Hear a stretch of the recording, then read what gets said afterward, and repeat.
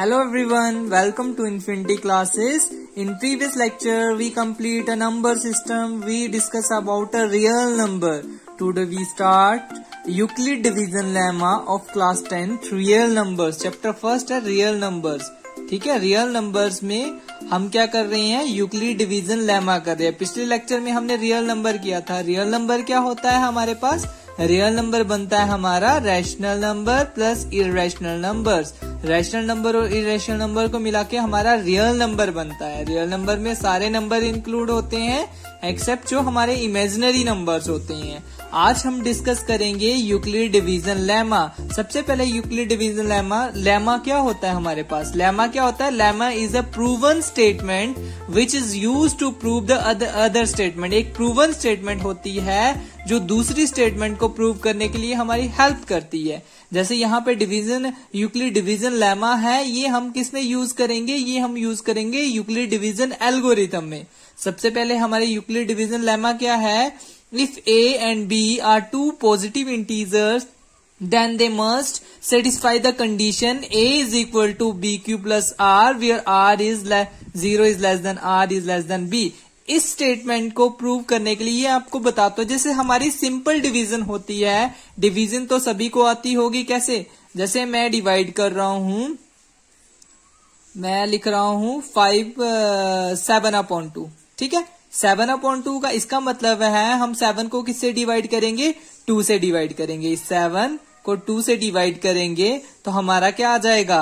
2 3 जा 6. जैसे हम लॉन्ग डिवीजन करते हैं वैसे ही है ये.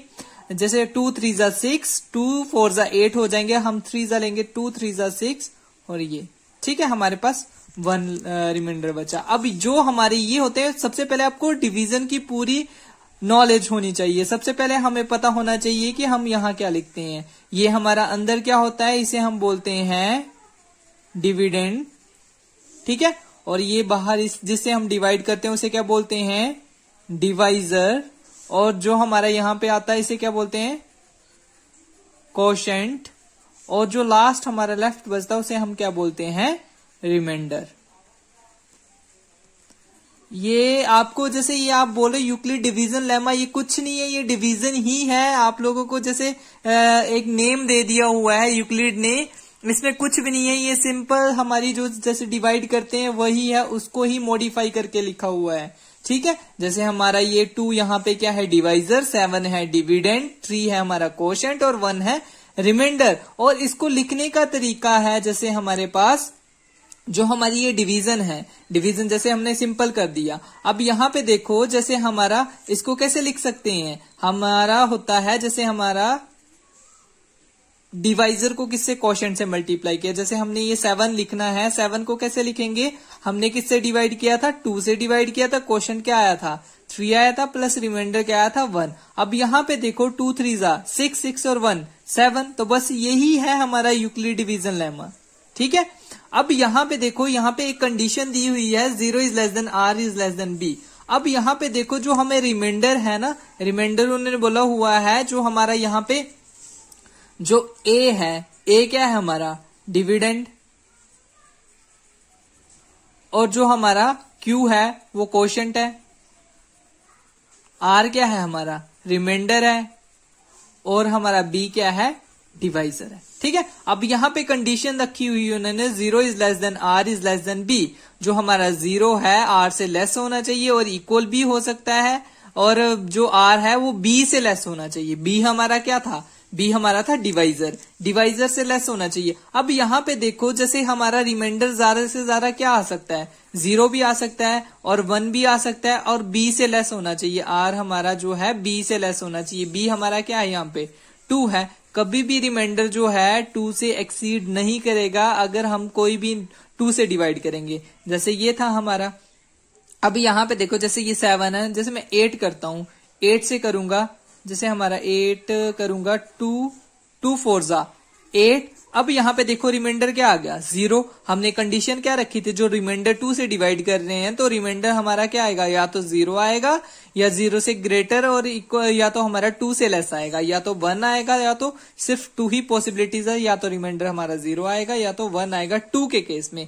याद रखना, कभी भी रिमाइंडर जो होता है उस नंबर से एक नंबर लेस होता है, कभी भी रिमाइंडर 2 के इक्वल नहीं आएगा। जिस भी नंबर से डिवाइड कर रहे हैं कभी भी रिमाइंडर उसके इक्वल नहीं आ सकता हमारा, ठीक है। तभी उन्होंने क्या लिखा हुआ, 0 is less than R is less than B लिखा हुआ। बी मतलब डिवाइजर से लेस होना चाहिए जो रिमाइंडर है हमारा, ठीक है। तो यही हमारा यूक्लिड क्या है, डिवीजन लेमा है। इसमें कुछ भी नहीं है। ए हमारा क्या है, डिविडेंड है, बी हमारा डिवाइजर है, क्यू हमारा कोशेंट है और आर हमारा रिमाइंडर है, ठीक है।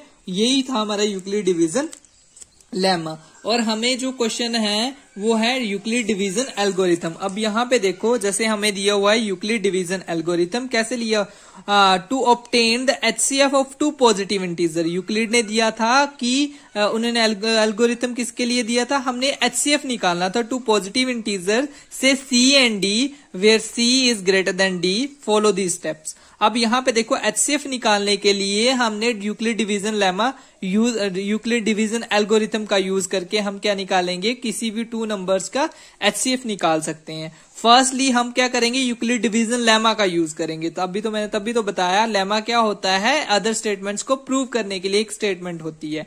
अब हमें पता था सी अगर डी से ग्रेटर है तो हम डी से डिवाइड करते हैं, जो हमारा यहाँ पे ये हमारा डिविडेंड बन जाएगा और ये हमारा क्या बन जाएगा, डिवाइजर बन जाएगा। अब हमें पता है सी हमारा क्या है, dividend is equal to divisor multiply quotient plus remainder. ये हमारा किससे आ गया, ये हमारा यूक्लिड डिवीजन लेमा से आ गया। अब यहाँ पे देखो जो मैंने बोला था, जो हमारा रिमाइंडर होगा वो क्या होगा, डिवाइजर से लेस होगा, 0 से ग्रेटर, 0 या 0 के इक्वल ये, और जो डिवाइजर से लेस होगा तो डी से हमने क्या कर दिया, लेस है। ये हमने कंडीशन जरूर लिखनी है। अगर हमारा यहाँ पे कंडीशन है रिमाइंडर 0 आ जाता है, अगर हमारा रिमाइंडर 0 आ गया तो समझ लो जो हमारा एचसीएफ है सी और डी का, apply the division lemma to D and R, ठीक है। अब हमने डिवीजन लेमा का यूज करके हमने करना है, जैसे हमारा यहाँ पे देखो मैं आपको बताता हूं, जैसे हमारा मैं कर रहा हूं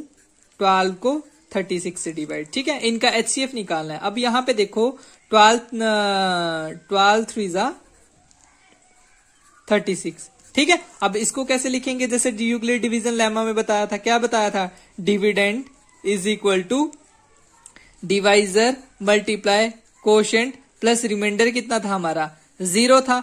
अब यहाँ पे देखो अगर हमारा रिमाइंडर 0 आ गया तो समझ लो जिस नंबर से डिवाइड किया है वही हमारा एचसीएफ है 2 नंबर्स का। जैसे हम एचसीएफ निकाल रहे हैं, एचसीएफ यहाँ पे निकाल रहे थे हम 12 एंड 36। सिंपल वे में हम बता सकते हैं, जैसे हमारे फर्स्टली डिवाइड करके रिमाइंडर ही 0 आ गया तो समझ लो हमारा ये क्या है, एचसीएफ है। एचसीएफ कितना आ गया हमारा, 12। ये था यूक्लिड डिवीजन एल्गोरिथम। नेक्स्ट देखते हैं, अगर रिमाइंडर हमारा नॉन 0 होगा, अगर हमारा जैसे है रिमाइंडर 0 नॉन 0 आया, ये तो रिमाइंडर 0 आ गया तो हमारा एचसीएफ निकल गया, जो हम एचसीएफ है सीओडी का वो डी है, ठीक है। जो डिवाइजर है वही हमारा एचसीएफ। अगर हमारा जो रिमाइंडर है नॉन 0 आएगा, 0 नहीं आएगा तो हम डिवीजन एल्गोरिथम को फर्दर कंटिन्यू करेंगे। कैसे कंटिन्यू करेंगे, continue the process till the remainder is 0। तब तक हम कंटिन्यू करते रहेंगे जब तक हमारा रिमाइंडर क्या आएगा, 0 नहीं आएगा। The divisor at the stage will be required HCF, ठीक है। अब हमारा divisor at the stage will be the required HCF. जो हमारा डिवाइजर होगा, अगर हमारा रिमाइंडर 0 आ गया तो हमारा डिवाइजर होगा वही हमारा क्या होगा, एच। अब क्वेश्चन है हमारे पास, find the HCF of 420 and 130 by using the Euclid division algorithm. सबसे पहले हम चेक करेंगे कि यूक्लिड डिवीजन इन दोनों नंबर से ग्रेटर नंबर कौन सा। जैसे 420 ग्रेटर है 130 से, तो हमें पता चल गया हमारा डिविडेंड जो होगा वो हमारा 420 है और डिवाइजर 130 है। अब यहाँ पे देखो हम डिवाइड करते हैं, ठीक है। ये आ जाएगा 420 और ये हमारे पास है 130। 130 1 जा 130, 130 2 जा कितने होंगे 260, 133 जा कितने होंगे 3 जा करेंगे तो हमारा आ जाएगा 3 3 जा 9, 390। 4 जा करेंगे तो हमारा ज्यादा आ जाएगा, ठीक है। तो हमने 3 से किया तो ये आ गया 390 और ये 12 में से 9 गए तो हमारे कितने बचे 3, ठीक है। अब हमारा रिमाइंडर क्या है, नॉन 0 है। अब नॉन जीरो है, यहाँ पे देखो जैसे हमारा 420 था, हमने किससे डिवाइड किया, 130 से डिवाइड किया, तो हमारा क्वोशंट कितना था 3 और रिमाइंडर कितना आया 30। जब तक हमारा रिमाइंडर 0 नहीं आएगा तब तक हम कंटिन्यू करेंगे। अब जो हमारा, इसको हम क्या बना देंगे, इसको डिवाइजर बना देंगे, जो डिवाइजर था उसको हम डिविडेंड बना देंगे। आया समझ? जो हमारा रिमाइंडर है उसको हम डिवाइजर बना देंगे, जो हमारा डिवाइजर था उसको हमने डिविडेंड बना दिया। अब यहाँ फर्दर फिर से डिवाइड करेंगे, 3 3 जा 9, 3 4 जा 12, 3 5 जा 15, ज्यादा हो जाएंगे, 3 4 जा 12, ये आ जाएगा 120। ठीक है, ये आ गया अब 0 1 और ये आ गया 0। ठीक है, अब यहाँ पे देखो फिर से हमने क्या कर दिया, जो हमारा डिवाइजर था उसको हमने डिविडेंड बना दिया और जो हमारा रिमाइंडर था उसको हमने क्या बना दिया, डिवाइजर। किससे मल्टीप्लाई किया, 4 से मल्टीप्लाई किया, हमारा रिमाइंडर क्या आ गया, 10 आ गया। ठीक है, अब यहाँ पे देखो अब फिर से हमारा नॉन जीरो है, जब तक 0 नहीं आएगा फिर से हम डिवाइड कर देंगे। हम क्या बना देंगे, जो डिवाइजर है उसको डिविडेंड बना देंगे और जो रिमाइंडर है उसको डिवाइजर बना देंगे। ठीक है, 10 से फिर से डिवाइड करो, 10 3 जा 30, तो ये हमारा आ गया, 0। अब यहाँ पे देखो, अब हमारा नंबर क्या आ गया, हमने किसको डिवाइड किया, 30, किससे डिवाइड किया, 10 से डिवाइड किया, हमारा जो क्वोशंट है वो 3 है और रिमाइंडर कितना आ गया, 0। अब देखो हमारा रिमाइंडर कितना आया, कहां तक 0 है, किससे, लास्ट में हमने जिस नंबर से डिवाइड किया वो हमारा HCF होगा। हमने 10 से डिवाइड किया, 10 से डिवाइड करने के बाद हमारा रिमाइंडर क्या आ गया, 0। तो अगर फिर नॉन जीरो होता तो फर्दर हमने क्या कर देना था, डिवाइड कर देना। एक स्टेप ऐसा आता है कि हमारा रिमाइंडर हम 0 आ ही जाता है तो हमारा HCF निकल जाएगा। हेंस यहां से हम बता सकते हैं HCF ऑफ 420 एंड 130 इज कितना आ गया, 10। ठीक है, ये